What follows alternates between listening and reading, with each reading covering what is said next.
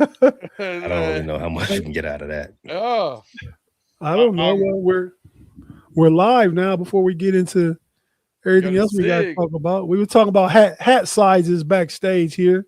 You got to zig. You can't zag on this. You can't just say head size constantly over and over again. You're gonna get it all kind of trouble. Hat size. Grown man, speaking of, I want no grown man ask me what my head size is. I'll tell you that. Woo. Speaking of, well, you did just ask me did it fit, but story for another day. Speaking of head size, did you hear that story about the bobsled team? I forgot what country it is. Huh? They were taking injections to their head. So they can it's like a performance enhancer. I guess it makes their uniforms more snug, so they get more speed. Y'all hear that? Yeah, like, are we talking about trying to get bobsled team or the male bobsled team? They were trying to get some shrinkflation so that they got more aerodynamic. Is that what you're saying? Yeah. It's supposedly the science says it helps them go faster if they're a little bit more I guess tighter in the in that area. I didn't know anything like that existed. I know the antidote to that exists. The blue pill.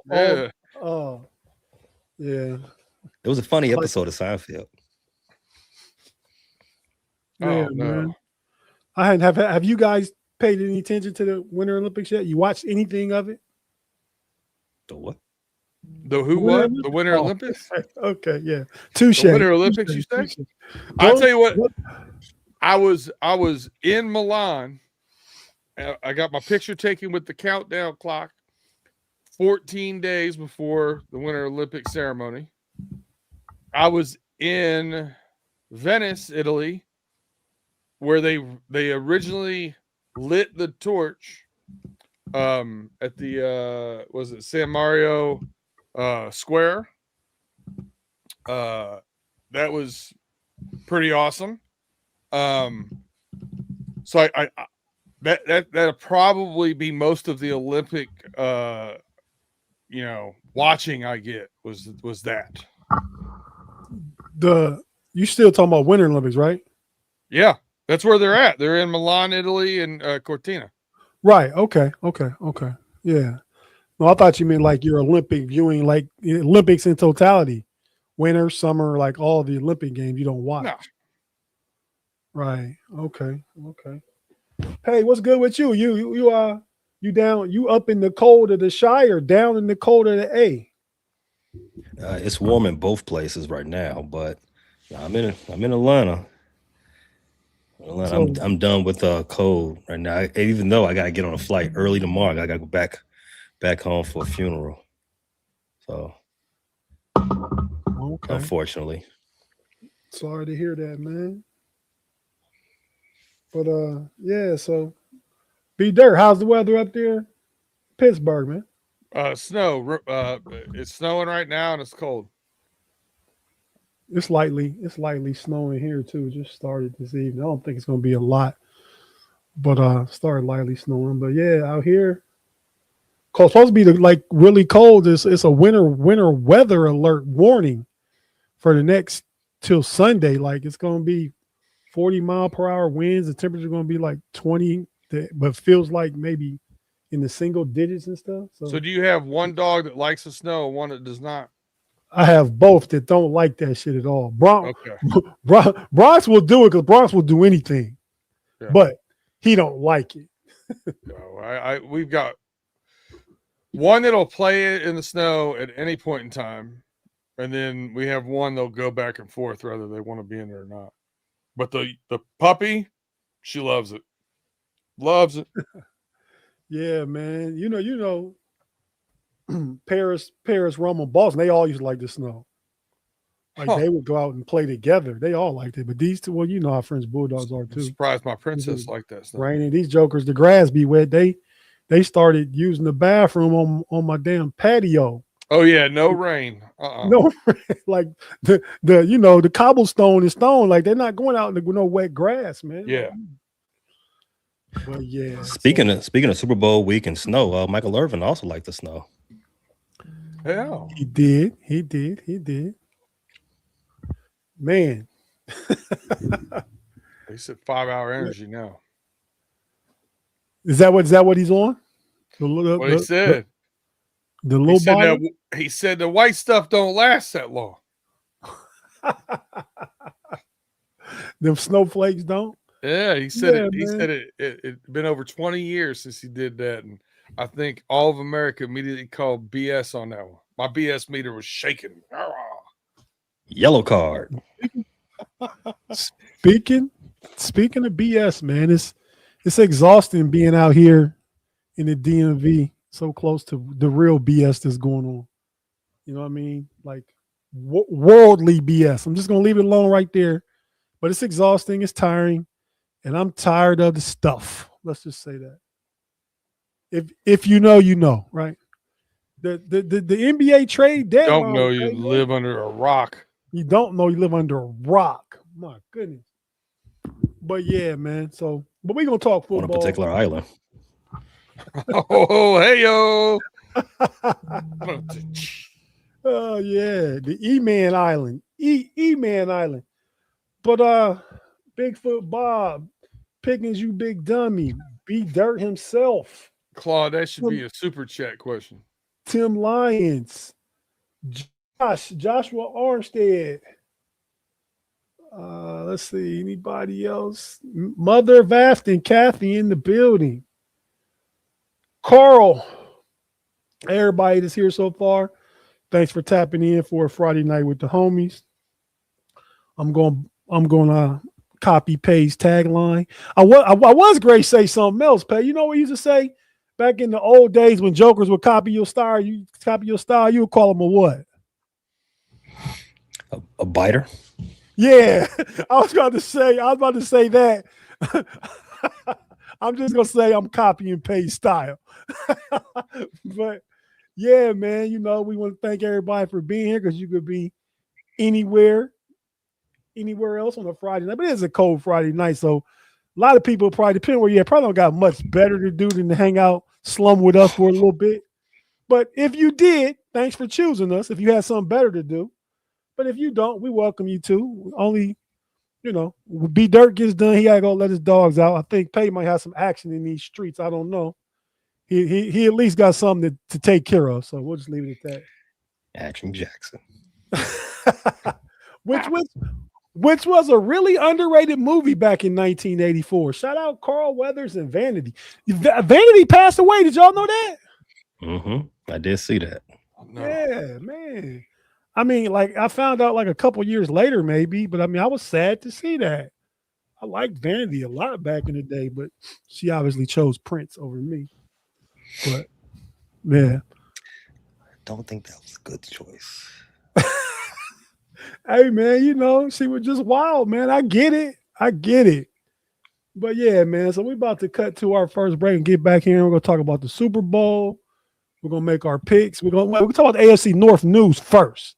Whoa. We're going to talk about the Super Bowl, make our picks. B Dirt got some parlays and stuff. He's going to talk about, I guess, Pay and I's opinion. B Dirt, he got some crazy bets out here, so we'll see what he's talking about. And then, yeah, that might pretty much be it, unless anything else comes up, you know. But thanks everybody for joining us. We're here. We got memberships. Go ahead and get a membership to the Know It Alls pod. We're growing. Appreciate that. Pay, you guys doing good over there, man. Frustrated call. Y'all was close. You hit the 1,000 yet? Yeah, we hit 1,000. We over 1,000 subs now to Frustrated. FCSF. Yeah, man. Going over there. If you haven't already liked and subscribed, like and subscribe. I like the personalities over there. Got some good content. Led by their fearless leader, Mr. Pay. But Q. Oh, Q's the leader? Q's in charge. Starting March 1st. Okay. You stepping down? You just like what? You just the founder? Yeah, let's just call it that, the founder. Okay. I like that. I like that better than what we talked about, but founder's better. I'm gonna stick with that one. Yeah, okay. Well, yeah, we're about to take our first break, be right back and get into the football of it all. If you're watching on YouTube, we're not going anywhere. If you're listening on audio platform, wherever you're listening, we have to hear a few words from our partners and advertisers, but we will be right back after this.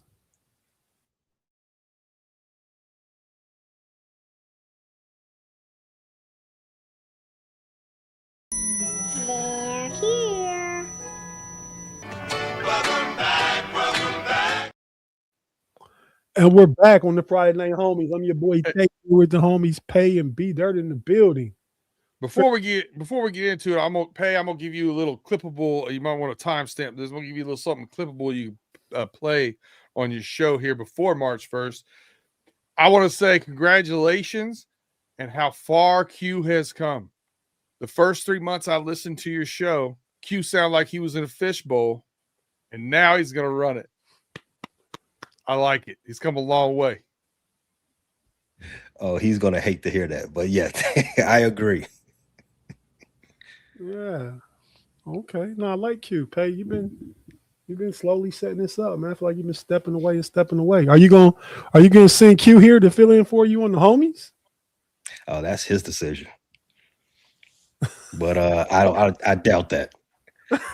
just knowing him, I doubt that's how that's gonna work. Knowing him, he's probably gonna say, "Oh, you know what? You did everything already. I'm gonna just take the reins in name only, title only rather, and just everything else stay as the way it is." That's how Q operates. I'm sure that's how it's gonna go. Yeah, and after that last clippable moment from me, probably not. All right, well let's tap into the football, man. AFC North storylines. So Pay, over in Baltimore, we got your boy King Henry trying to recruit AJ Brown to play for the Ravens this next season. If they can, obviously he's trying to sell him on it. So AJ Brown sounds like could get a trade out of Philly and go to Baltimore. Would you like that? Would the Ravens like that? How would that work, fit? What do you think about that? AJ Brown is one of those dynamic, talented wide receivers in the league, one of the most, rather. Do I think that his personality would probably mesh in that locker room? That's to be seen. If you take what you saw out of Philadelphia and what you saw out of Tennessee, maybe not so much. He's one of those ones that really likes to be heavily involved in the offense. And if you've watched the Baltimore Ravens offense the last, I don't know, handful of years, no one wide receiver or pass catcher other than the tight end gets a heavy amount of targets. So I don't know now. I mean, it is a new offensive scheme that's going to be in place going into the 2026 season. So we don't know how that will look.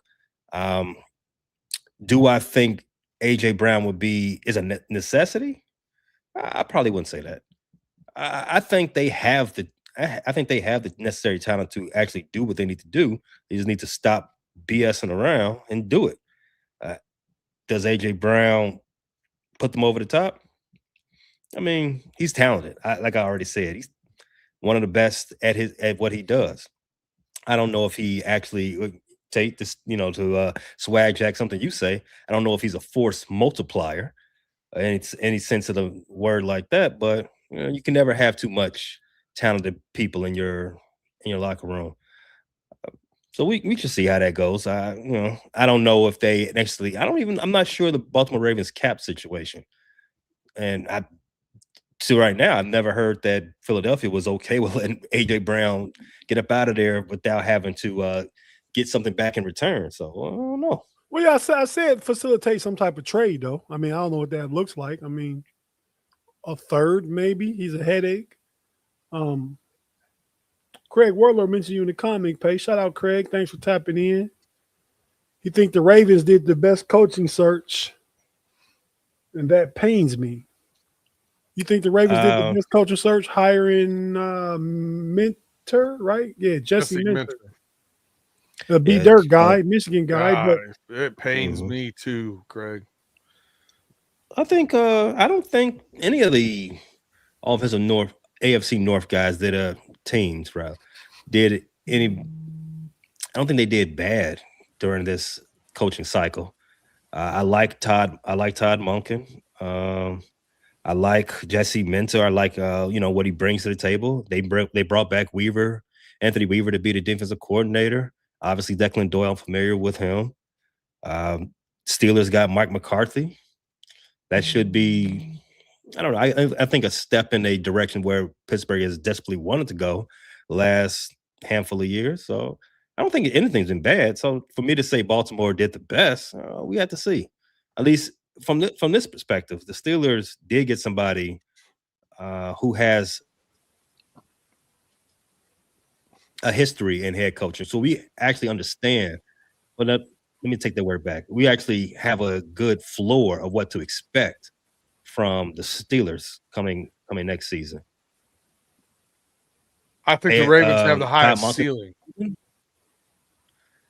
I mean, they have the most talent, so their ceiling should be high. But what we saw last season, I mean, that's as far as coaching talent. Maybe we shall see. I think I could go with that simply because there is a lot of unknown there, and we have a lot of guys that's coming over to Baltimore who are a lot of, I think the word that's for this coach staff right now is steadfast. A lot of character guys, and that's a good thing. Basically, especially with the last season and a half in Baltimore, you had some guys that's running around, I guess being a little difficult with. I don't even know if I want to say difficult. I think there was a little straying away from the message that you was getting out of the coaching staff. I think the words coming from Harbaugh and his team was starting to fall on deaf ears. So if you bring in a lot more guys who are to be respected and demand accountability, I mean that is good. So we can take that right there. Let me ask you a question. Be there, you can chime in too. Based on win-loss, the Ravens were 8-9 last year, right? They were 8-9. I think the Giants were 4-13. Sounds about right. Who have more plus wins next year, Minter or Harbaugh? Plus wins. Oof. Oh, plus wins? That's a good question. I'm gonna say that's really close. I think they both can improve their team by at least 2 wins, 2.5 at least. But I don't want to split the baby. I'm gonna just say Minter. So I forgive you to have the Ravens win 11 and the Giants don't win 7. If the Giants can win 6.5 games, that's an improvement for them. I mean, they've got a lot of young talent. I think they actually did pretty decent last year, other than throwing away some games. They was in a lot of games, and they lost Neighbors and Scatterboo pretty early. True. They lost Neighbors in week 3, if I'm mistaken. Scatterboo in like week 9 or something like that. Yeah, around that point. So I mean, they get those guys back out, and I don't think Scatterboo is going to be back soon. If just my opinion, but if they do some things like that, and Abdul Gardner he figures out the NFL, they can easily win 3-4 more games. But as of right now, sight unseen, I'm gonna go with Minter. Any thoughts on that, B Dirt? How you would handicap that? I think the ceiling for both would probably be a 4-win improvement. I don't think the Giants go past 8-9. I don't expect Scatterboo to come back. Even if he does make it back right away, he's not going to be the same right away. Mm-hmm. And work some Malik Neighbors back in. And Jackson Dart's got to mature as far as turnovers and stuff like that. So there's still going to be some. I think it's going to be somewhere between 2 to 4 win improvements for both teams. Like it's very close count. He's also got to get better not putting his head where it don't belong. Yeah, he a lot of concussions. He needs to learn to slide for sure. Listen, AJ Brown, it is what it is. He puts his head down and tries to run. Like he's not built like that anymore. I'll say this though. He puts his head down. Needs to learn how to slide. I got you. Back to AJ Brown. What I do like about AJ Brown, if the Baltimore Ravens could pull something off of it, if you look at the history of AJ Brown, about 3 or 4 years with the team, and they're ready to move on from him. So that seems to be where he starts wearing out his welcome, right? Everything seems to go really well those first 2-3 years. Well, he's got 3 years remaining on his contract through 2029. He's also 28 years old. And that's when you start seeing around 32 is when you start seeing diminish typically for wide receivers.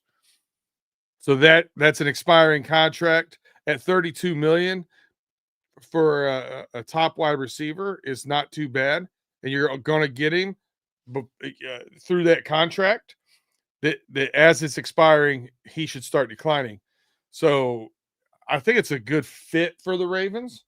And I think the money's not too bad. And I think the contract stretch is perfect for what they would need.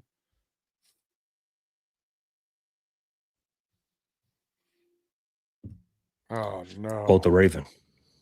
Nevermore. Oh, no. Yeah, I saw some gums flapping, but I didn't hear no nothing coming through the microphone. Whole lot. Yep. No, I was saying I agree with you about the cost because I was telling some Steeler fans. I think I remember Claude being involved specifically because for some reason Claude stands out in the debates that we have. Even with other people, Claude, when he takes a side, you remember Claude's side. Shout out, Claude. Trade DK Metcalf. I was like, man, the DK Metcalf's getting paid $30 million a season. That's a discount for DK Metcalf over the next 4 years as we go forward. A discount. So to me, you don't trade that. I mean, you go because what? Chase is 41.5 now? Chase and DK Metcalf are not the same. No, but he's top number one receiver, 41.5. Okay. The top of the market. It don't matter if you're the same. To me, if you're next up, you get that money. That's how it's been to a certain extent. You know. I mean, if DK Metcalf or even any of the up and coming guys going looking for even a third contract and they're good, they're seeking at least 35. So 30 is a discount. That's all I'm saying. I just use Chase as an example. Chase is arguably this year, and it changes every year, seems like. He was the second or third best receiver in the league still, but I got Puka at number one now. You know, but just last year, Chase was number one. But, you know, but yeah, that number one money continues. So if Puka Nacua hit the market right now, do you think he would ask for more than Chase? No. Wow. You know what he's done for all this season so far. Yeah, I also think that culture's different. I think he's different. I think he would want to stay where he's at and I think he'd be more in the CD Lamb. You're saying, you know, $35 million, the only wide receiver making $35 million is Justin Jefferson and Jamar Chase. CD's at 34, DK's at 33. Okay. But so the market's going to go up. Whoever the next guy is, they might not pass Chase, but they're going to pass those guys. Puka Nacua would pass them guys right now. I'm looking down the line. I'm telling you, I don't think Puka would. I think Puka would probably come in that 30s range. I don't see who's coming up. You know, you can make an argument for Amon-Ra St. Brown. He just got a contract. I'm saying he's at 30 million. Suggesting that the market continues to escalate no matter what dude you are. I agree, but I think we've got a gap there for a while. Okay. For a couple of years anyway. Chase is at top for a couple of years. Okay. And in 10 years, 30 million would be mid-level for wide receivers. Yeah. Yeah, and like you'd pay a good second wide receiver right now. In the salary cap, $20 million. $400 million. I mean, it's going to be percentage. Yeah, it's going to be percentage related. Mm-hmm. And the ticket's going to cost, $380 instead of $340 or whatever. It's just it's what it is. I'm watching games with Okay. on AI from now on. Not paying for that. I got you. I got you. What are we talk. talking about? The price watching- of admission. Oh, you talk about the Oh, DK is a number 2 wide receiver without a doubt. The Steelers need him to view him as that. He's the 4th highest paid wide receiver in the NFL. yeah, and that's what I'm saying. He's paid like a number 1. He wasn't in an offense that allows you to get number 1 production still. So I won't go there yet. Go ahead, B Dirt. But Carl just thinks he's a number 2 and that you don't Yeah. have a number 1. I get it. JSN might be the next guy to get 40. Yeah. JSN, Malik Neighbors, depending on how he bounces back. Those are the I guys don't for next. I think JSN is a dude, but I don't think he's better than Jamar Chase or Puka Nacua. But he arguably he was number 1 or 2 this year with Puka. But just because of those guys' size and physicality, though. I mean, I love JSN. He's Ohio State dude, right? But I mean, He's clean, though. he is clean. He's smooth. Wow, he's smooth.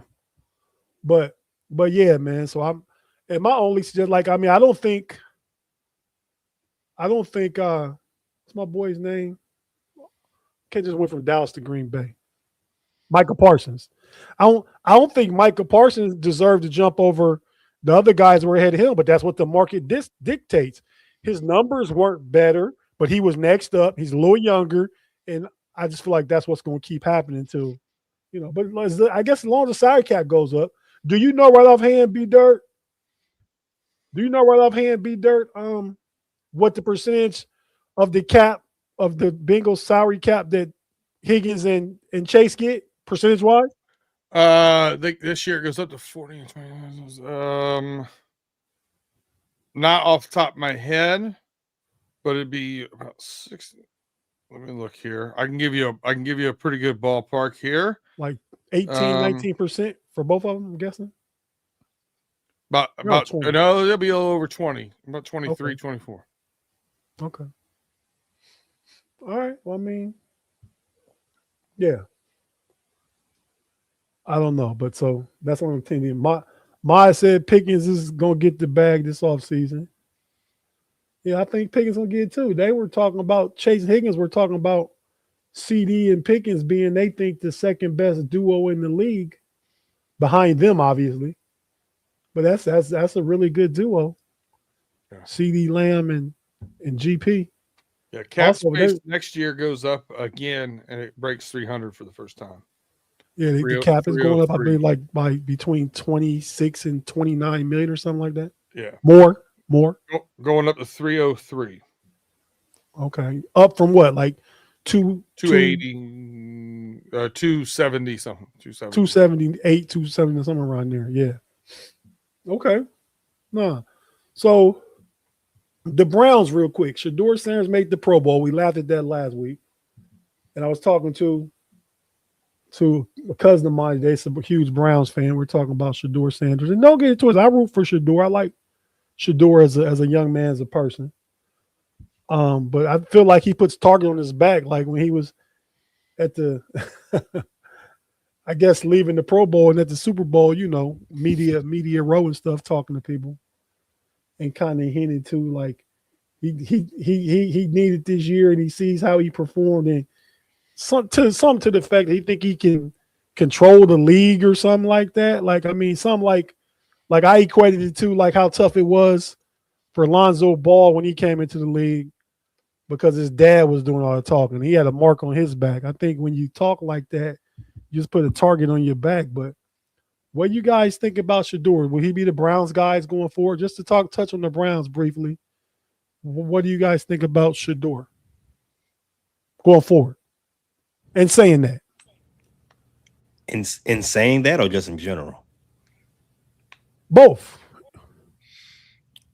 Well, I mean, I think everything with Shedeur gets blown out of proportion. I mean, he's clickable, so I think a lot of it just take for one ear, take it one ear out, in one ear and out the other, right? So if it's not necessarily super important, whatever. I shrug it off. As far as where he's going to go in his future with the Cleveland Browns, he's got one more year. I think he's done enough this season, especially with the Pro Bowl nod, to at least come into training camp, or at least before training camp, come into the OTA portion of the offseason as QB1. And there's no real reason other than, I mean, I guess that is a real reason. Dylan Gabriel's stats were better than Shadour's last year. I don't think Dylan Gabriel played better than Shadour. And Shadour did do enough in those weeks to where he was a starter to at least come into the OTA as, the leading candidate for the job once the season start. Now, I mean, just because you're the leading candidate don't mean you can't lose it. So, I mean, he should get the reps that everybody B&M'd about that he didn't get. He should get those reps this offseason is what I'm saying. And if he doesn't show improve with those reps, then hey, it is what it is, my boy. Shout out to the former homie Lamar. He likes Shadour, but he needs to pump his brakes a little bit. Shout out to the Pump Your Brakes podcast too, Wednesday nights on the Steel Curtain Network Know It All channel. Go ahead, B Dirt. I'll tell you what I think. Shout out Lamar. I'll tell you what I think about Shadour. I think he is the second string quarterback for the Cleveland Browns. I also think he is the second most controversial quarterback for the Cleveland Browns.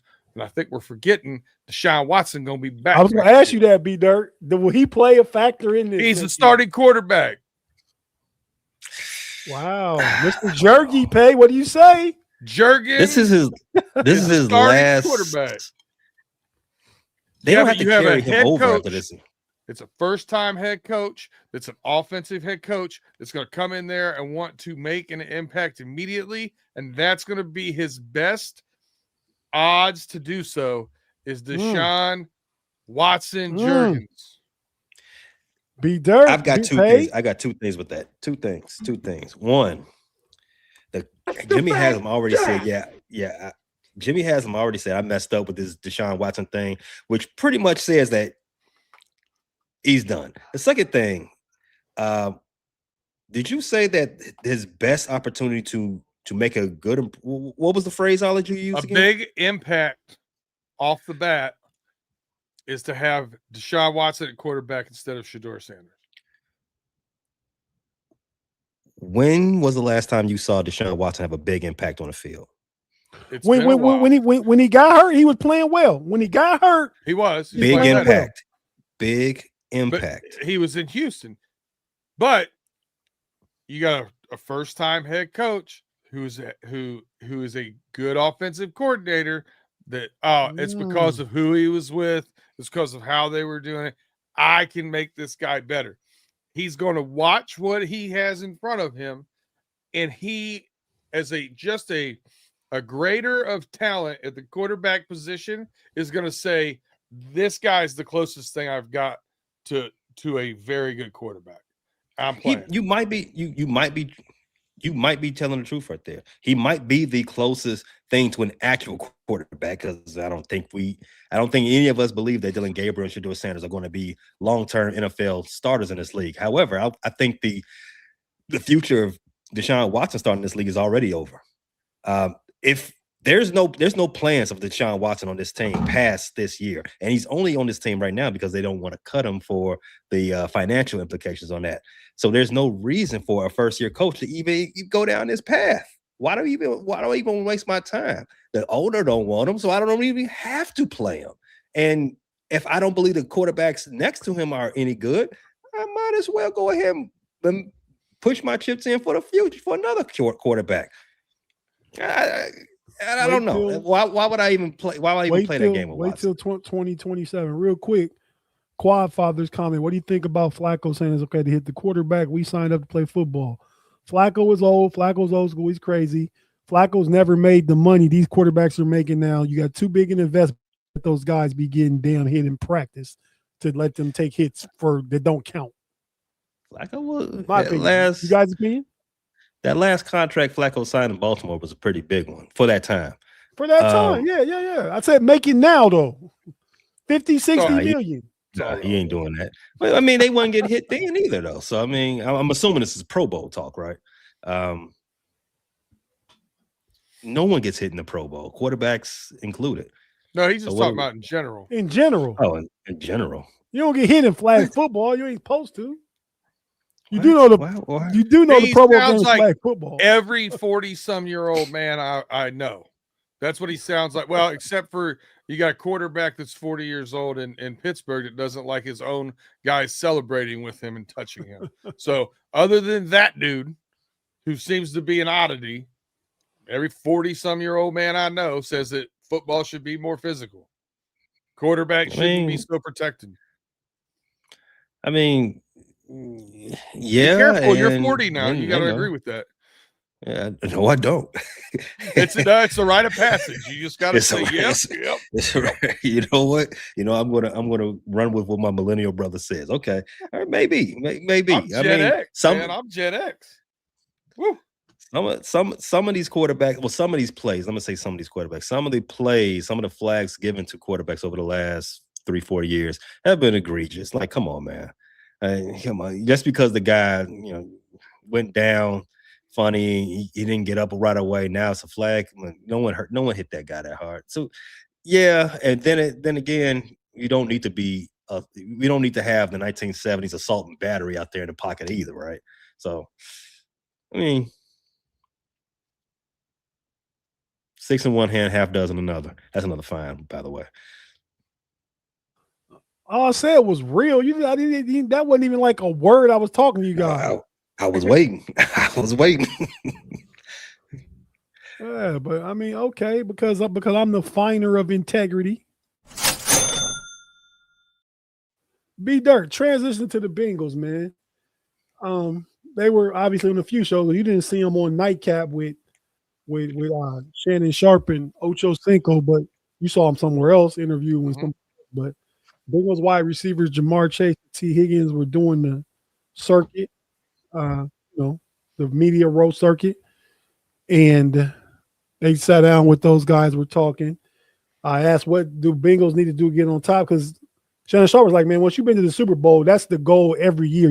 So you guys been to the Super Bowl." He's talking to Chase and T. Higgins, and they're like, "Yeah, we want to get back. That's the plan. That's the plan every year." But injuries and your defense and stuff. And he said that he thinks the defense has to get better. We talked backstage. They mentioned some names, potentially available names, Max Crosby and Timmons, Jeffrey Timmons or Simmons from the Titans still, play for Tennessee Titans still, right? Yeah. Yep. There's potential guys that could impact the defense. And that, 9, Burrow, he got to stay healthy, and part of that could be his offseason training. Not saying that he don't train, but maybe do something different. And then real quick, play this clip. This is what he had to say on that podcast. I feel like the biggest thing, that's more of an off the field thing. I'm not saying he don't take care of his body, but that do come in him to play. Maybe he got to do more with himself. You know what I'm saying? So that could be a him thing. Maybe the eating. You know what I'm saying? So it's a lot of different ways you can look at that. And of course, the diet.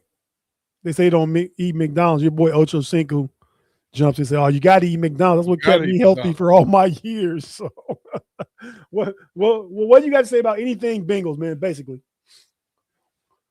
listen. In the headline, you said his wide receivers love him. Whatever.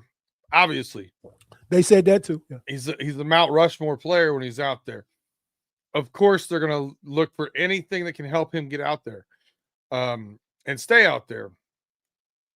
I don't think it's nothing they said about Joe Burrow, I think, was news to me. And a lot of guys, as they get a few more years in the league, start taking care of their bodies better and differently and learn some things. So I'm sure he's going to change some things he does in the offseason. But quite frankly, he very rarely gets an offseason where he can be normal, where he can actually train normal. He's been recovering from something almost every offseason, so or getting hurt early in training camp. So it'll be good to see him go through a good offseason. A lot of it is, I think he puts more pressure on himself to play hero ball and holds the ball too long and does things like that too, because he knows that defense is porous, has been not playing well whatsoever. Historically bad over the last 2 seasons. That's the main key to me, is shore up that defense. I think we have the 6th or 7th most cap space at $54 million and counting going into the offseason. They need to spend some of that on defense. They need to draft probably 5 or 6 of their 8 draft choices need to be used on defensive side of the ball. I think by shoring up the defense and being able to play more well-balanced football, run pass, not be behind the chains, not be thinking you got a quarterback that needs to play hero ball, I think that will help all of those things with him staying healthy and having a great year. I mean, we're 2 years removed from him having over 4,500 yards and 40 touchdowns. That's what we need. No, I agree. And it'll be nice for him to have an offseason where he's not coming out of the last season with an injury. I mean, he was injured during the season, but he came back. Now I think the thing to do is maybe just chill out for a minute, get away from football and they've been away now. So maybe he's getting back into it now, but give yourself a 4 to 6 week break, just away from football activities. Not that you don't stay in shape and do your cardio and stuff like that, but rest your body. And, I think the defense is the main thing, because Burrow, I don't care if he hurt or not, he gonna put up 24. He's gonna put up 24 at that offense. So if that defense get back to holding people 21 or under, which is like a solid, good defense, not even an elite defense, they'll win more games. So I want to Mark Tobin, Craig Werlow, Dwayne, the 3 guys in a row here. Offensive line help, offensive line help, offensive line help. The offensive line, the last half of the season, was much better, much improved. And that's what Chase said. That's what they said. Yeah, they said it. Dalton Reisner, I think we need to get him re-signed. He was good at guard play.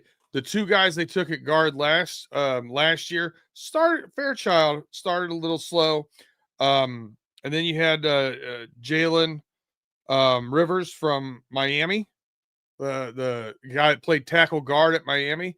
He played well when he got in there. So I like the direction of that. What I think we need to do now is, I don't think first 2 rounds is offensive line unless we got somebody that's just you can't pass them up graded, Studley. Yeah, but I think in rounds 3 or 4, if we can get a tackle, we can get a little extra help and depth, we get one. So I still think we need to get pieces. We got to think about these things. Orlando Brown Jr. is not getting any younger. So we need to start developing better depth and backup help. So if somebody gets hurt, the line doesn't turn to trash. So that's something I think we need more depth there. As far as the main talent acquisition, it's got to be on defense. That defense was just terrible. And then you get into obvious downs that you have to pass. You get in obvious places where Joe Burrow holds the ball too long because he's trying to, pull a rabbit out of the hat. And that's where the sacks were coming the second half of the season. They weren't coming because guys were just plainly getting beat. It was much better than it was the year before on the offensive line. Okay, real quick, the Steelers. I would just want to talk about, we hired our new offensive coordinator. That's Brian Angelico, tight ends coach. I don't know if from the Vikings, with Kevin O'Connell for the past 4 years. Pass game coordinator too, I believe. I think it's a good hire, and I think he's a tight end guy. I think we'll see much more usage out of Freiermuth and Darnell Washington, a lot more targets over the field. So I'm looking forward to see what that looks like. The Steelers coaching staff is pretty much complete. Might be a coach here or there. I've said all week that, McCarthy got to hire more coaches. Well, I think that's just a product of the interviewing process for new coaches because the Steelers haven't done that in 20 years. And I think they found out with everybody that they talked to from the candidates that, it's different now. We need these pieces, these coaches to handle this part of the game. And I think they heard that enough from those people that were, candidates and interviewing that they said, okay, well, maybe this time around we need to give in to this and get some run game and pass game coordinators and stuff like that. So that's a thing. Quarterback plan. I don't know if Aaron Rodgers is coming back. If he does, we'll see what that looks like. I think Howard gets an opportunity. My favorite one, two things still is quarterback. I'd like to see him sign Malik Willis. My option number one. Option number two is if Aaron Rodgers come back, I can live with it. Will Howard sit behind him for a year? But part of option number two also, and I heard this in the Steelers spirit today from a few sources, trading for, and I'd rather trade a 4th-round pick for this guy than overdraft some guy in the first, Ty Simpson, or Garrett Nussmeier in the third. Take a shot at Anthony Richardson from the Colts, 4th-round pick. Let him sit behind Rodgers for a year. You got him in the room. You get to see what he looks like. Then that next year, because you're taking a 4th-round pick is a gamble to QB anyway. So why not take a gamble on a guy that went number 4 or 5 from a talent perspective, big, tall, fast, strongest arm in the league, arguably, they say. Hold on. See what that looks like. Because this year – you're missing a word. I like when you're describing a good quarterback. Accurate would be something you should look for. This is a guy you talk about that averages 50-some% completion percentage. Well, that's part of the project. And if McCarthy's a quarterback guy, guru, you got these offensive people in the building. I'm not saying he's the answer. I'm saying I take a dart in the 4th round like that, then a dart in the 1st round on Ty Simpson or Garrett Nussmeier in the 3rd. I also think McCarthy is a good evaluator of quarterback talent. Yeah. So I think whoever you guys bring in or draft or bring in off waivers or whatever it might be, I think he'll bring in the best options for you. Yeah, no, that's what I'm saying. If he sees that in evaluation, also if that's what the Steelers do, he's part of that process. Yeah. So I trust it to see what it looks like. You know what I mean? I agree with you. So, yeah, that's all I'm going to say with the Steelers. So we'll go ahead and take our last break and come back and start talking about the Super Bowl real quick. Give how we think the game's going to play out, give our picks, and make the B-Dirt's parlays. You're going to put a parlay in for the homies B-Dirt? Let's do that. Let's put in a big parlay. I never get to be part of the pay dirt action, man. Let me in on it. Woo! I got some cash, too. So, but yeah, about to take our last break. We'll be right back after this. If you're watching on YouTube, stay with us. We're not going anywhere. Listen to the audio platform. We have to hear a few words from our partners and advertisers, and we'll be right back after this.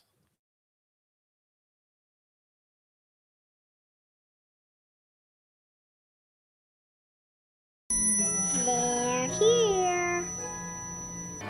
Welcome back. And we're back on the Homies Friday night here with the homie Pay and the homie B Dirt in the building.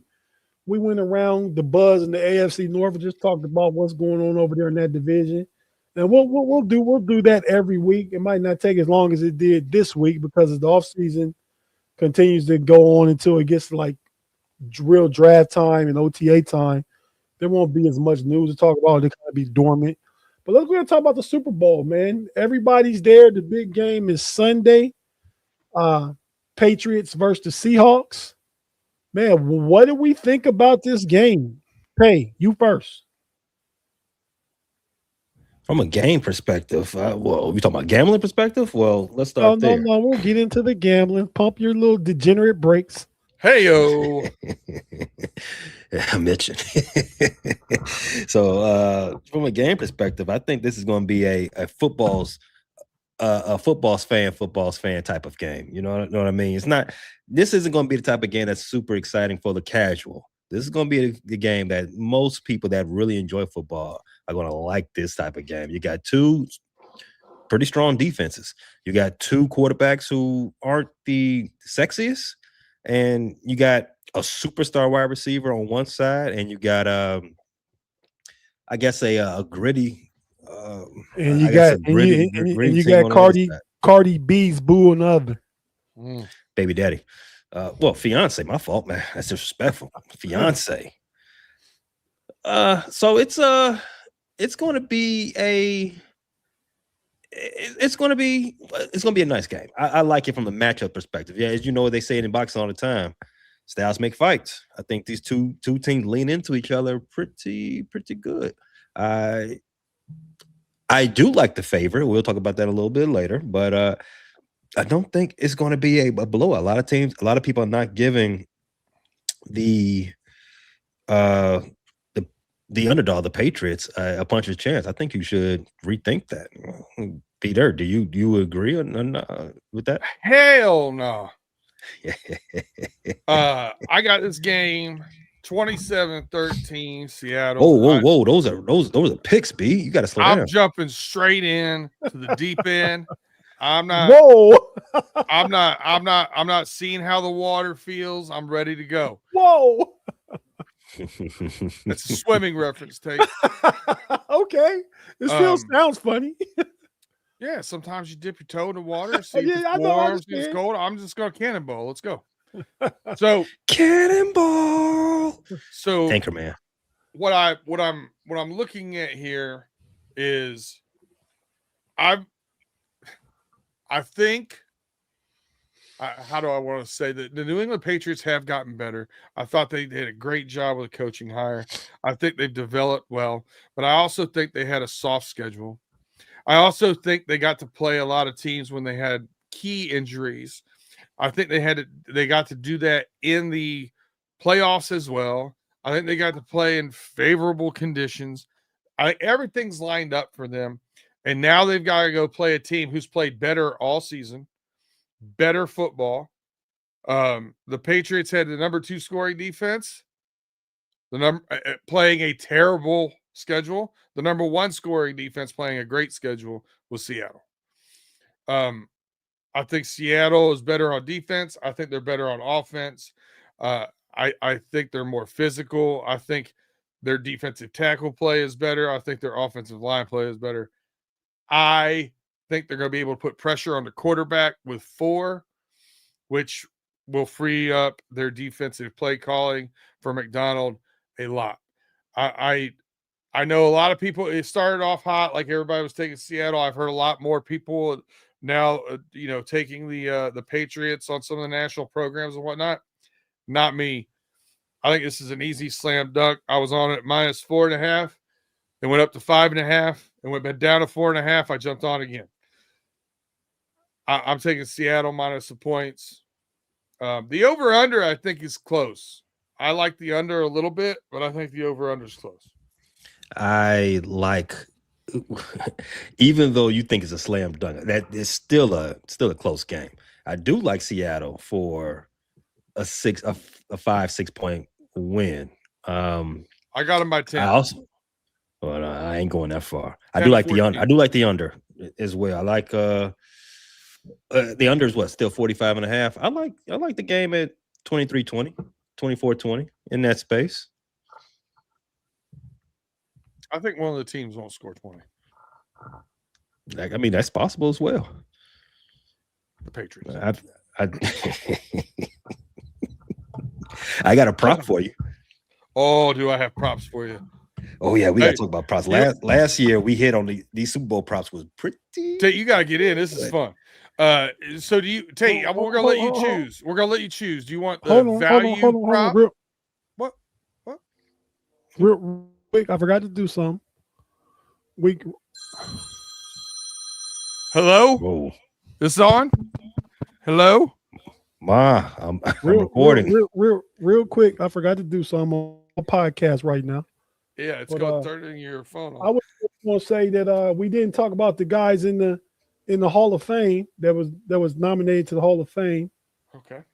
We got I think a deserving list of guys. You got Drew Brees, you got Larry Fitzgerald, you got Adam Vinatieri, kicker, Roger Craig, and Luke Kuechly. What do you guys think about that list?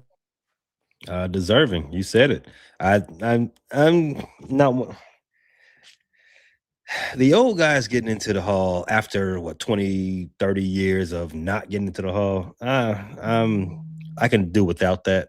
Even though you probably, what's the phrase you all use? With new information, you can change your mind or whatever. I guess Roger Craig gets in now because his type of play is more appreciated nowadays than it was back then. But in my opinion, if you're not a Hall of Famer the first 10 times they ask if you're a Hall of Famer, you're not a Hall of Famer 30 years later. I mean, but in any case, he still did a lot while he was, racking up wins with the San Francisco 49ers. First guy to ever have 1,000 yards rushing and 1,000 yards receiving in a season. So I mean, no side grace. 33 years wait. 33-year wait. Yeah, I don't like that. Yeah, I don't like that. But the other four guys, Larry Fitz, first ballot. I think Vinatieri, this is his third ballot or second ballot. Kinkley, second ballot, and the other guy was Drew Brees, first ballot. You knew all these guys were getting in. Even Vinatieri, these guys were lockstep Hall of Famers, no doubt about it. And that's the way I think the Hall of Fame should be. I'm miss me with the debates, miss me with the the borderline guys. If he's borderline, he's not a Hall of Famer. These guys are Hall of Famers. Kinkley had what, 6 Pro Bowls? Not Pro Bowl, but 6 All Pros, something around that way. But he had to cut his career short because of concussions. Hall of Famer, easily Hall of Famer. You don't even got to discuss Drew Brees. You don't even got to discuss Vinatieri. Don't even got to discuss Larry Fitz. These guys. Well, this is what the Hall is made for. I thought with you we'd have to discuss Vinatieri because he's a kicker. Yeah, but the fact that there's only a select number of kickers, I don't even think it's 5. So hold on a second. He's the I'm fine with that. in NFL history. B Dirt. I'm with the kicker. I thought we might have to discuss it with pay.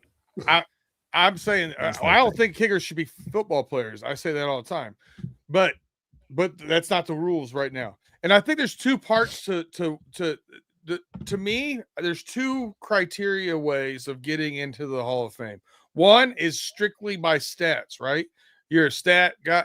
Your stats say you should be in. The other one, and this is why I think Roger Craig should have been in long before he now, is if you can't write the story of the NFL without them in it.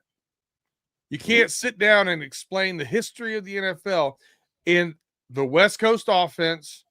The San Francisco 49ers was revolutionary, changed the game, and he was the first running back to have 1,000 yards and 1,000 yards receiving and rushing because of it. You can't write the story of the NFL. The NFL doesn't look like it looks today without him there at that moment in time with Bill Walsh.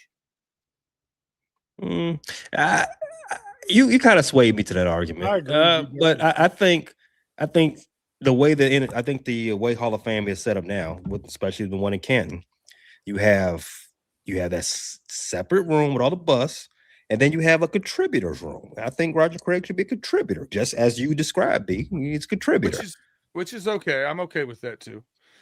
Yeah, I mean, but listen, I think there's too many votes in a Major League Baseball Hall of Fame. And then you look at the Major League Baseball Hall of Fame, and the leading hit king and home run king, for 2 different reasons, neither one of them are in the Hall of Fame. It's a BS Hall of Fame. I grew up playing baseball. It's my favorite sport. I love baseball. It's a BS Hall of Fame. The Basketball Hall of Fame has a turnstile. If you can get through it, congratulations, you're inducted. Literally let everybody in. So the Basketball Hall of Fame is it means nothing to me. I think the NFL Hall of Fame, and the fact that people are debating it all over the place, I think they do it the right way. They make it, rather than get it right every year, they do it the right way. It creates a major debate, blah, blah, blah, blah. I like the NFL Hall of Fame. I'm good with it. I think the baseball's Hall of Fame is a little too rigid, even though I like a little rigidity. They once had a year not too long ago where they didn't elect anybody. Yeah, but that's crazy. It's fine. I'm fine with that. I don't care. But you know what? The argument against that is because the fewer amount of voters that you have is that you open up tainted voting pools. Bill Belichick. all you needed was 11 people to not vote for Bill, and he don't get in, Fair right? point. Fair point. It's easier to taint 11 people than it is to taint hundreds. If 11 don't vote for him out of 50, then what? 42 don't vote for him out of 400. You don't think it's the same thing? You don't think you get the same numbers? No, because the percentages, the law of averages will still even out. I'm not sure what it's 75% in baseball. You need, so if it's I'm gonna go with 400. You got to get 75% out of 400. It's 300. Get in. Right. So it's going to be hard to turn 100 people. You got to pay. At some point you got to start paying people off, and it's harder for baseball. So while I do like the rigidity in baseball, I do like to how they treat their Hall of Fame like it's the Catholic Church in some respects. I prefer how it's done in football a little bit more. It's not so many people getting in every year like they do in basketball, but it's not super rigid as it is in baseball. So it's a happy medium. So I'm okay with that.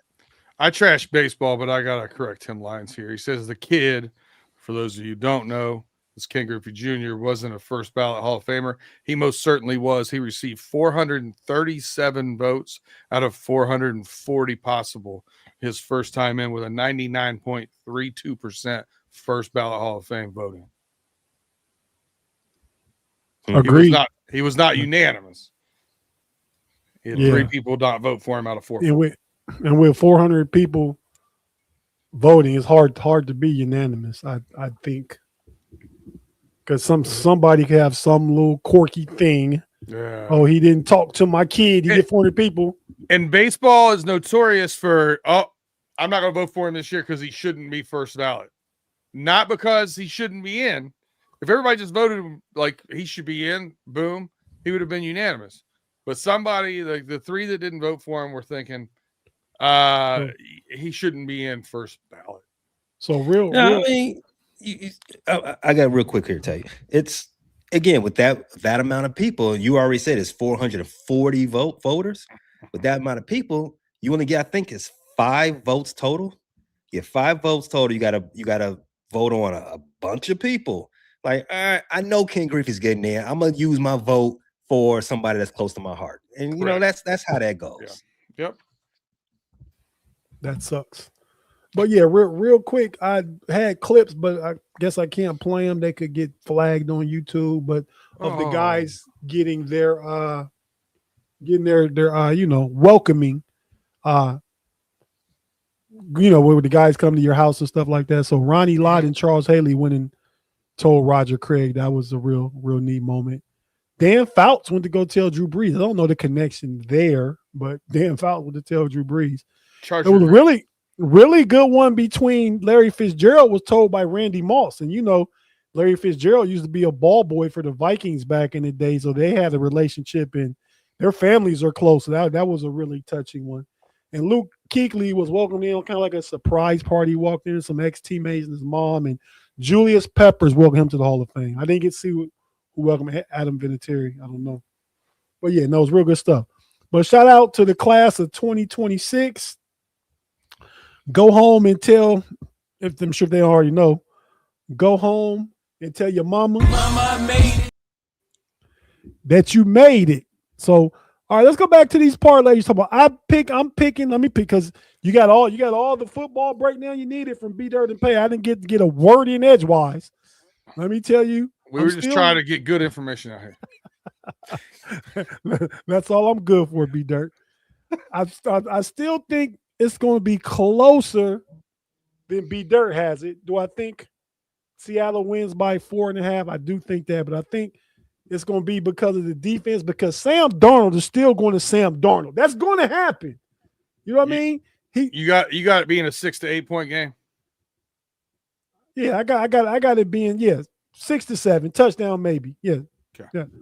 But I'm still, because Sam Darnold's getting all this credit. The defense carried him there. B Dirt's boy, JJ McCarthy, could have took them to the Super Bowl with that defense. Sam Darnold threw the 3rd most interceptions in the league. So the story is nice and neat because it's against the team that he saw ghosts against when he played for the Jets. So he gets a little bit of redemption there. And I think I'm rooting for the Seahawks, and because I usually my separator when I don't care about the teams is if I know a family member likes them. Like, I root for the Eagles. My brother is an Eagles fan. I rooted for the Bears because Pay likes the Bears. My brother-in-law is a huge New England Patriots fan, but I got to go against them because of my own rooting interest because I don't want them to pass the Steelers in Super Bowl wins. So I'm taking the Seahawks, and I got the game going. You said the over-under is 45? 45 and a half. 45 and a half. Yeah, I got the Seahawks winning 24-17. Let's just say that. We're just right at the under. Yep. Before we get to our props, B-Dirt, I wanted to point this. I wanted just to say this. 1994 Super Bowl. Steve Young. Monkey off my back. Yep. Sam Darnold. The team that gave him the most problem was the LA Rams. He beat them last week. And looked real good. Yeah, I think he's out of the I'm seeing ghost part of his career. I think he's ready. I think the player we Hey-o. Did we say Sam Darnold and Steve Young in the same damn sentence? We did. We didn't compare them. We just used something that happened before to bring it back to present day. Things change, but everything stays the same. You could have said, remember Trent Dilfer? He had all them tough years in Tampa Bay, but he went to the Ravens and got behind an all-time great defense and won a Super Bowl. Much more applicable. IMO. But go ahead. Sam Darnold actually does. So it's the same story. No, Trent Dilfer was a high first-round pick. Sam Darnold didn't do anything. He did have the best game of his career last week. He did. The last two straight 4,000-yard seasons. He's doing something. He's doing third in the league in interceptions. Pay. Come on. He slings it. He's doing something. All right. Let's get down to brass tacks. Take over. Let's go. Pay. Do you want to start with a fun prop? Do you want to start with your most lucrative prop bet? Do you want to start with your best bet? Do you want to start with your personal favorite? Tate, you tell us. What do you want? I want to know if we can really put a ticket in right here. I'll cash app you the money. Can we put in a ticket, homie's ticket? Let's do it. Let's do it. Okay. I've got tickets in already. I'll put another one on. I'm talking about a collective. Yeah, we can do a collective. I'm all about it. So I'm gonna go with let's start with the novelty. Everybody likes the novelty props. I'm pulling up my DraftKings right now. Right. So you all know the favorites, the opening coin toss. I've got one for tails. I think I've read somewhere on the I forgot where I heard this, so I can't properly give them attribution for it. But I think tails has won 6 out of the last 11 Super Bowls. So I'm gonna roll with tails on that. When there's a jersey number for the first touchdown, total interceptions thrown. Tate, you think Sam Darnold's gonna throw is an interception merchant? So hey man, I'm glad you brought that back up. Tim Lyon said he beat the Rams twice. He did beat the Rams twice. His defense kept stabbing out the end zone that last time. And the time before that, a lucky 2-point conversion, a punt return got him those wins. The Rams intercepted him 6.5 the damn times the interceptions he threw this year. Go ahead, Pat. I'm sorry. All right, so back to the novelty. My novelty, you kind of referenced it. My novelty bet is going to be first touchdown scored by a number under 10.5. So that means I like Walker at 9. I like maybe a little scramble by a quarterback at 10. You know what I mean? Like maybe what's Cooper Kupp? Is Cooper Kupp 10 for the? I think I thought he's 11. 11, yeah. 11. Is it? Oh, I thought he might be 10. But there's some numbers in there. I really like Walker number 1. Diggs, I like it was plus 120. Diggs is also So that's where I went with it. I went with first touchdown scored by a number under 10.5. Jersey number. All right. So what else you got? What you got? One you like? You got what like you like? That's a fairly good bet before we get into like some of the high stake stuff? Can I just tell Pay, I think trends and law of averages say, you mentioned that earlier, it's not going to be tails this year. Then not going to be tails. It's going to be heads. Well, these are novelty props, so you just throw these are just out for fun. Any non-quarterback to throw a TD pass. Ooh, I don't like that. I thought it was just a pass. Oh, no. Here's it. I scrolled too far. QB to catch a pass. Plus 1,100. I kind of think they're gonna get a little freaky. Seattle offense. I might play with that a little bit. If anybody, Drake Mays is a better athlete. He'll catch a pass over Sam Darnold. I'm hating on Sam Darnold still, y'all. All right. Do you want to just get into our? I'm gonna tell you the one that I'm gonna tell you the bet that I think is the closest to my lock. My prop that I have is the over on Hunter Henry's reception yards. It's sitting at 39.5. The Seattle Seahawks have given up quite a few yards to tight ends lately. The last 2 weeks, they've given up well over 40 yards to the tight end. Jake Tonjes and Kobe Parkinson ate their linebackers alive. Hell, Parker's had a 40-yard reception, one catch. Mm-hmm. Hunter Henry is a very good safety valve for Mr. Drake May. I like that 40. I think that's my close to a lock. I'll tell you what, it's close to a lock for me. I went with tackles by the cornerback that the Seattle Seahawks like to move around and use in fun ways, and that is one Mr. Devin Witherspoon at over 5+ tackles, and that's going at plus 132. I got that one in. I like that one a lot. Now, I think Kenneth Walker's going to have a good game. So I went over 80+ rushing yards at plus 124. I also parlayed that, I did parlay it. I bet it separate too. He's minus 190 for anytime TD. I took that. And I also took him at plus 850 for the Super Bowl MVP. I think he's got an outside chance at that. Now, a couple other ones I thought had really nice juice on them, that I liked here. AJ Barner, tight end for Seattle. I think that's going to be a good matchup for them in the red zone.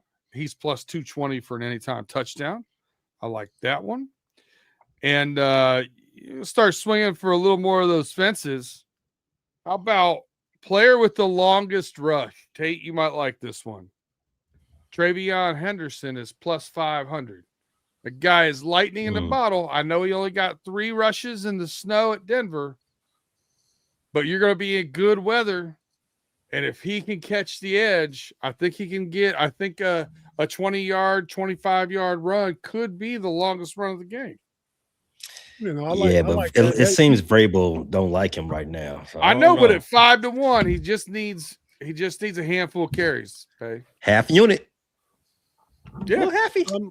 I'm taking that because if you just ask me, who do I think will have the longest rush of the game, I would have said Travion Henderson. So I would take that.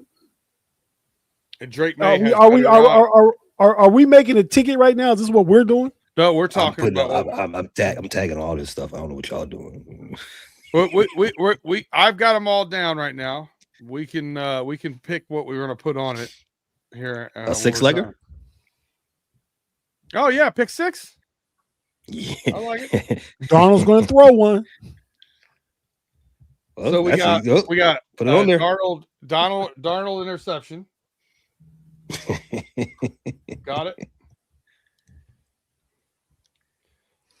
All right. I'm gonna just let me give you the odds on that. For Darnold, 1+ interceptions is minus 126. Not a lot of juice on that, but I think we both liked Kenneth Walker over 80 yards, right? Yes. Tate, you good with that? I'm good with it. It's just Charbonnet still not playing, right? Correct. No. Yeah, okay. All right. What do you think about Kenneth Walker's receiving yards this game? 30. I'm looking at the odds right now for receiving yards for Kenneth Walker, and they have it at give me 1 second. It's plus 103 for 25 yards. How you like that? I don't dislike it. Actually, no, I'm sorry, I read that wrong. Over 22.5 is his line. I looked at his stats the last handful of games. He's gotten over 23 twice the last 5 games they played. So it's a little sketchy, but might be some money to be made there. What about on the other side? Well, we got receiving yards there for the running backs from because I think there could be some checkdowns there for the Patriots. Oh yeah, Ramondre Stevenson. I'm liking his combined yardage. His receptions plus rushing. I'm taking him at the line. The line for him on that is 82. I like him to go over that. Tate, you like that one? Total yards, Ramondre Stevens 82. Yep. It's gonna be close. I'll roll with it. I mean, what's his receiving? Let me go back to receiving. Receiving over under for Ramondre Stevens is 25.5. I like that better. Minus 108 for over. Which one of those two you want, Tate? We'll take one of them. 82 total or 25 receiving? I probably like 25 receiving. I think is the. All right, we'll do that one. Witherspoon 5 tackles. We like it. I do like that one. All right. So that's 4. That's a 4-pack. We got 2 more we need. You know you got to put JSN in this somewhere. Very deserving. I think you got to grease the slip with the easy one. You got to get some Buckeyes on your ticket. Here's the thing, though. I really think that you look at Vrabel. He comes from the Belichick style of you take one guy away. I think he's going to take JSN away. Wait a second, B. Yeah. He didn't take Puka Nacua away. Well, I guess Vrabel didn't play the Rams. You got them winning by 10 without the help of JSN? No, I think JSN has lofty overs, right? Okay. So I think he'll have a solid game. I think that the winner of the MVP is going to be Walker. So that's I don't hate that. I don't hate that. So for those out there, JSN his over under for receiving yards is 93.5. That's at minus 113. His reception over under is at 6.5, minus 155. I like him for 7 catches. But you know what? I will lean to what you got there going there, B Dirt. So I would rather go catches than yards. Yeah, of course. What's the yardage? 93. Yeah, if he gets 7 catches, he's gonna get 93 yards. But I don't know. Christian Gonzalez and Marcus. I'm blanking on his last name. They've got a nice secondary in New England, so I'm not going to poo-poo it. B Dirt could be onto something. I mean, they could kind of bottle him up. I think 93 yards is easier than because he could get a 40-yarder. I mean, and not get 7 receptions, get to 93. But I'll go with whatever you guys decide. B Dirt, you want to leave him off? I'm good with taking him over 6.5. Okay. I agree with that. 6.5. That's 5. That's 5? Yep. All right. So MVP. Anything for Drake May? Drake May's rushing props? Yeah. What's his longest rush? Let me see. Drake Drake May's longest is like about 25 yards. Let me see. Longest rush per player. Drake May is. Well, no, this is. Oh, I'm sorry. So Drake May is sitting at 15. That's at minus 102. I like that. That seemed like easy. Pop one for 20, 18. That seemed like an easy hit. You want to buy that up? Nah, you buy on a 6-teamer. You don't need to buy it up. By the 20 yards for Drake May is at plus 281. Just FYI. 20 yards total rushing. His longest rush. Okay, I think he gets that too, B-Dirt, because Seattle defense is gonna press him out the pocket. He's gonna break something because he's gonna be under constant pressure. Well, I mean, Seattle doesn't blitz a lot. Just throw that out there. They are pretty good. I mean, they're okay with their front four, but as far as like, I don't want to stress that they're one of those type of. They're not Denver. Put it like that. Denver will come after you.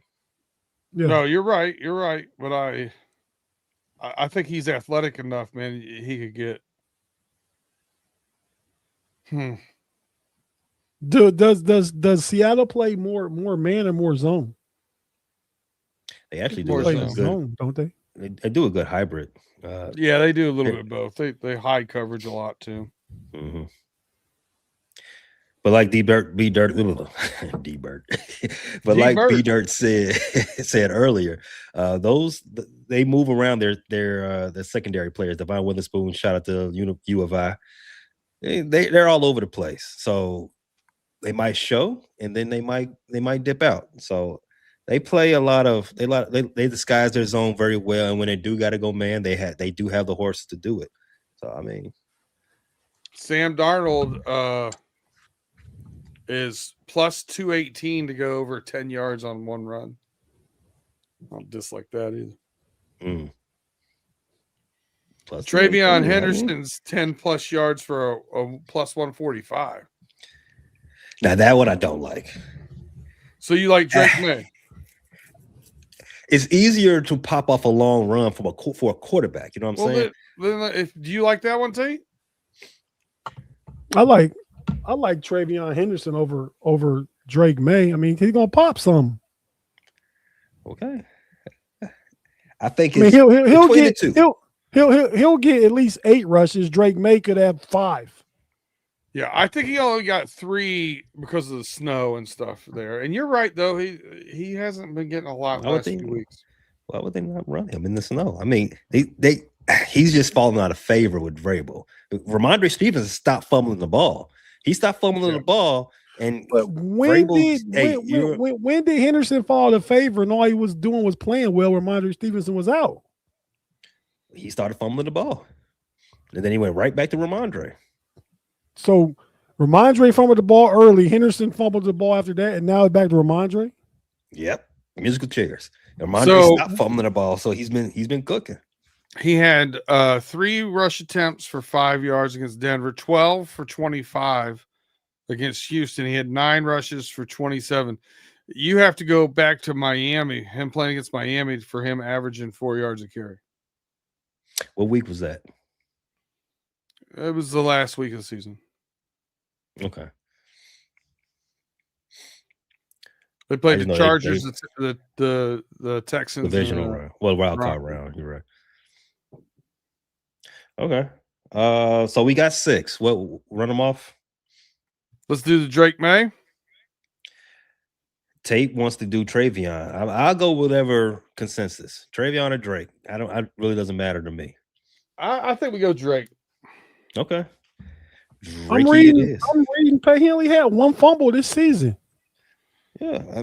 I don't know why it takes one for a rookie. I wasn't 1 game.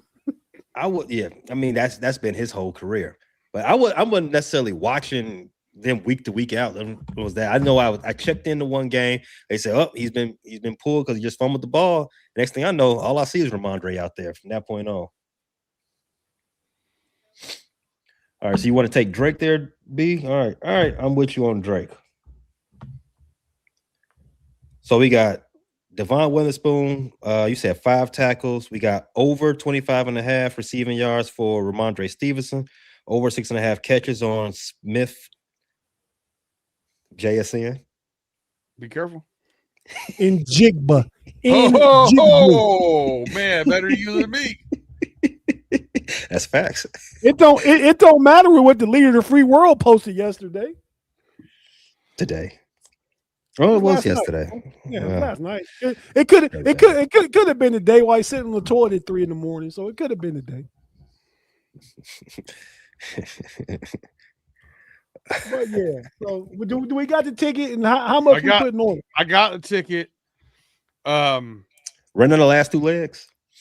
So I got Sam Darnold for an interception. I got Kenneth Walker 80+ yards rushing. I got 5+ tackles for Witherspoon. I got over 6.5 catches for JSN. I got 15+ yard longest run for Drake May. And I got 25+ receiving yards. Oh, I got the wrong one. Hold on. I put Rashid. I got a fat fingered that. There we go. All right. And I got 25+ yards for Ramondre Stevenson receiving. Oh, the Kenneth Walker line moved a little bit. So this is gonna be here's what I say. It's a plus 550. Gentlemen, we put $20 a piece on that. Chance to win $1,000 each. Wait a second. I think what's the Kenneth Walker one again? I think I put the wrong one. Kenneth Walker 80+ rushing yards. Oh, okay. I put the. Thought we were going with the 25 receiving yards. That's Ramondre Stevenson. That's Ramondre Stevenson. Oh. So yeah. So the parlay is a plus 550. So a $60 parlay bet is a total of $33.60 cash out. Let's do it. Yeah, I thought I heard you say we stand to win $1,000 a piece. I don't know if you understand what 3,300 is divided by 3. Oh, okay. Well, yeah. Okay. Well, yeah. I thought you said 1120. said 300. You using the boost? You using the boost, B-Dirt? Oh, let's go back here and let's look for the boost. I'm hanging out with some gamblers. I don't get down like this. I shoot dice. I go to the casino. Boost on a $60. There's only boost on $25. Max is 10. That sucks. Yeah, I'm gonna do this. I'm gonna put this in myself with this boost. I'm trying to stop my shine. Man, KB say Walker ain't getting nothing. Yeah, I think Walker does only simply because Seahawks commit to the run game. They commit to it because it protects Darnold from throwing picks. But fellas, with that said, man, you guys got anything to say before we get out of here? And B Dirt, PayPal or Cash App? Venmo. Oh man, I got Venmo. I don't never use Venmo. that's my wife's thing. She uses the Venmo for people. PayPal's fine. Okay. Thank you, B Dirt. Anything? I actually did have something, but how much time? Hold on a second. I just got in. I have to make sure it went through. Whoa. Okay. Splash. I've been there before at 3 a.m. Hey, yo. Hey, watch yourself. Watch yourself. Mm-hmm. Yeah, man, I'll end it like this. A lot of crazy stuff going on. If you haven't watched the news recently, you've missed a lot. A lot of BS going on around the world. The best thing I think we can do as a society is be a better us in our 3 feet. That's it. If we all do a little bit, it gets better, man. I can't change some of the things I can't change, but I can control my 3 feet. That's what I got to say.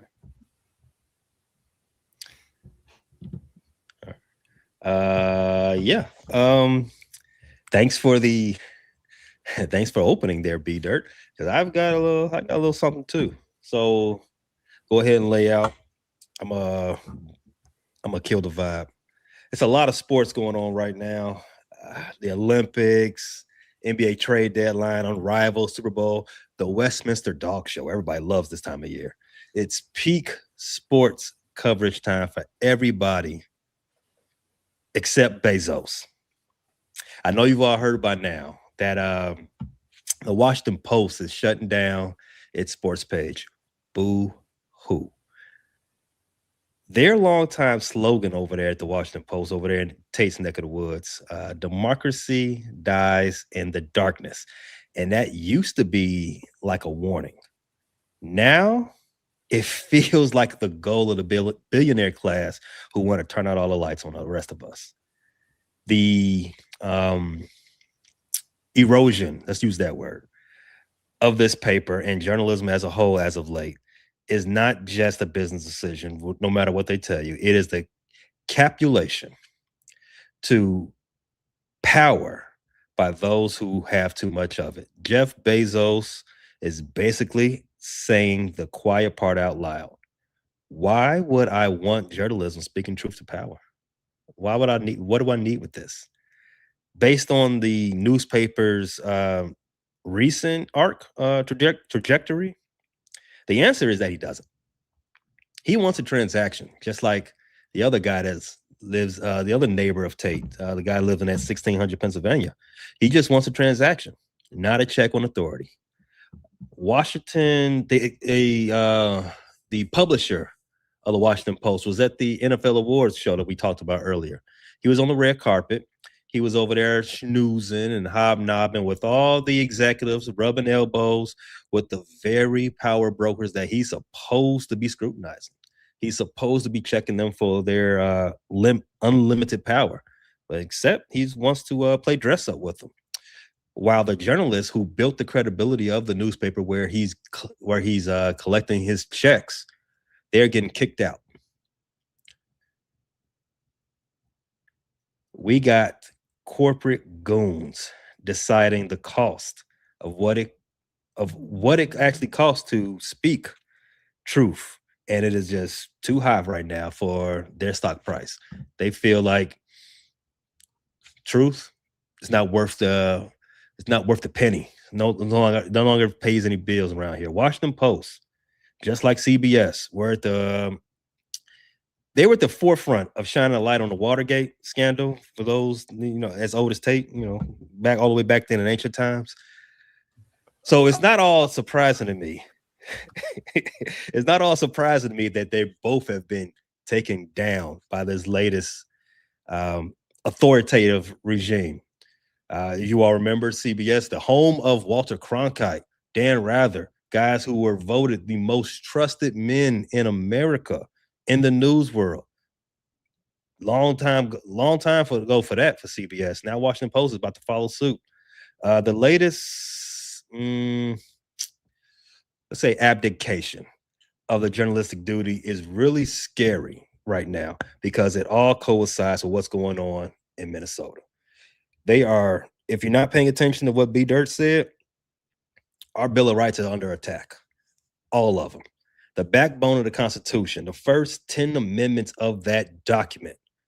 America was the first country that was founded on an idea, not on a shared ethnicity. It was founded on the idea of everybody is equal, democracy, those principles. And if you just look at that state over there I just mentioned, Minnesota, we are watching our constitutional protections disappear one by one. The First Amendment, freedom of speech, press, and assembly. I already talked about the press. It's currently not in effect at all. You got federal agents threatening you to erase your voice if you raise it. And it's not just the First Amendment.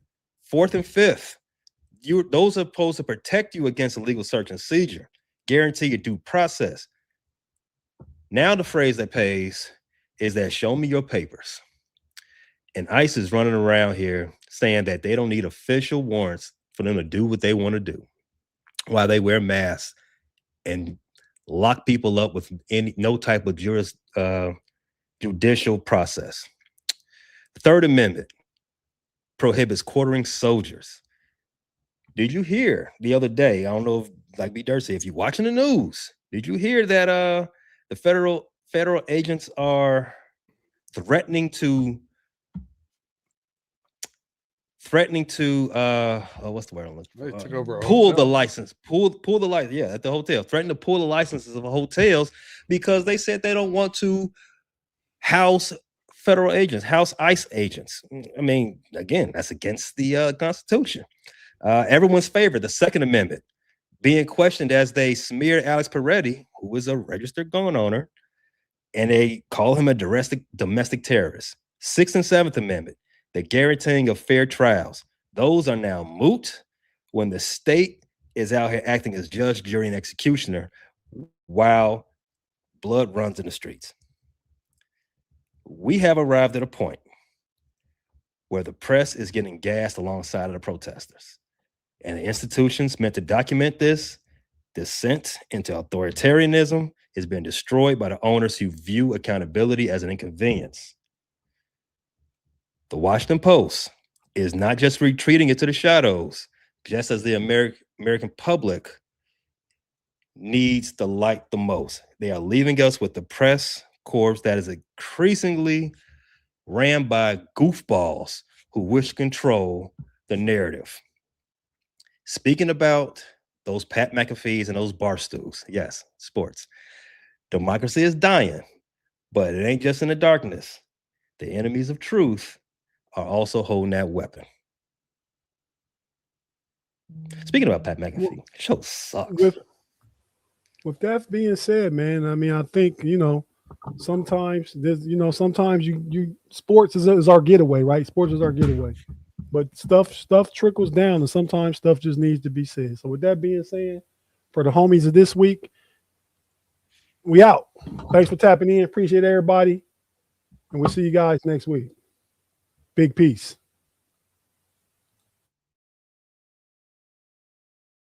Mamba out.